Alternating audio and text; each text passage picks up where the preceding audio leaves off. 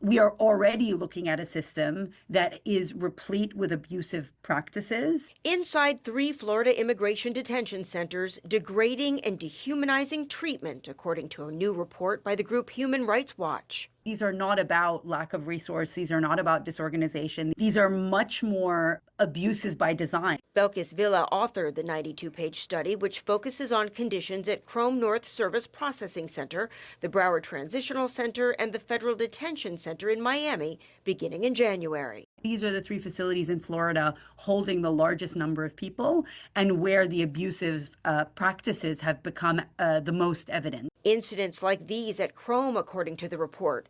There was one toilet and it was covered in feces, a detainee said. We begged the officers to let us clean it, but they just said sarcastically, housekeeping will come soon.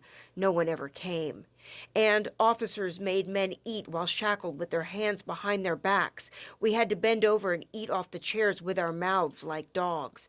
The study links the Trump administration's immigration crackdown with a surge in detention nationwide. By March, the number of people in immigration detention at Krome had increased 249% from the levels before the January inauguration.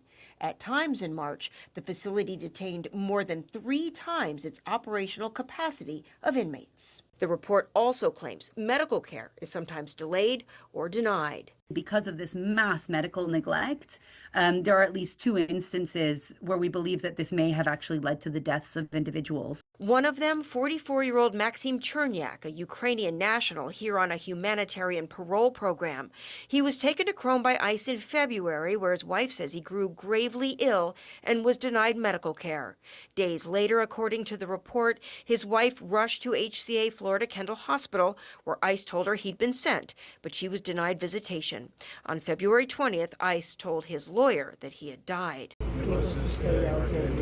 Archbishop Thomas Wensky led prayers in front of the other controversial detention center, Alligator Alcatraz, Sunday, asking for access by clergy to the site.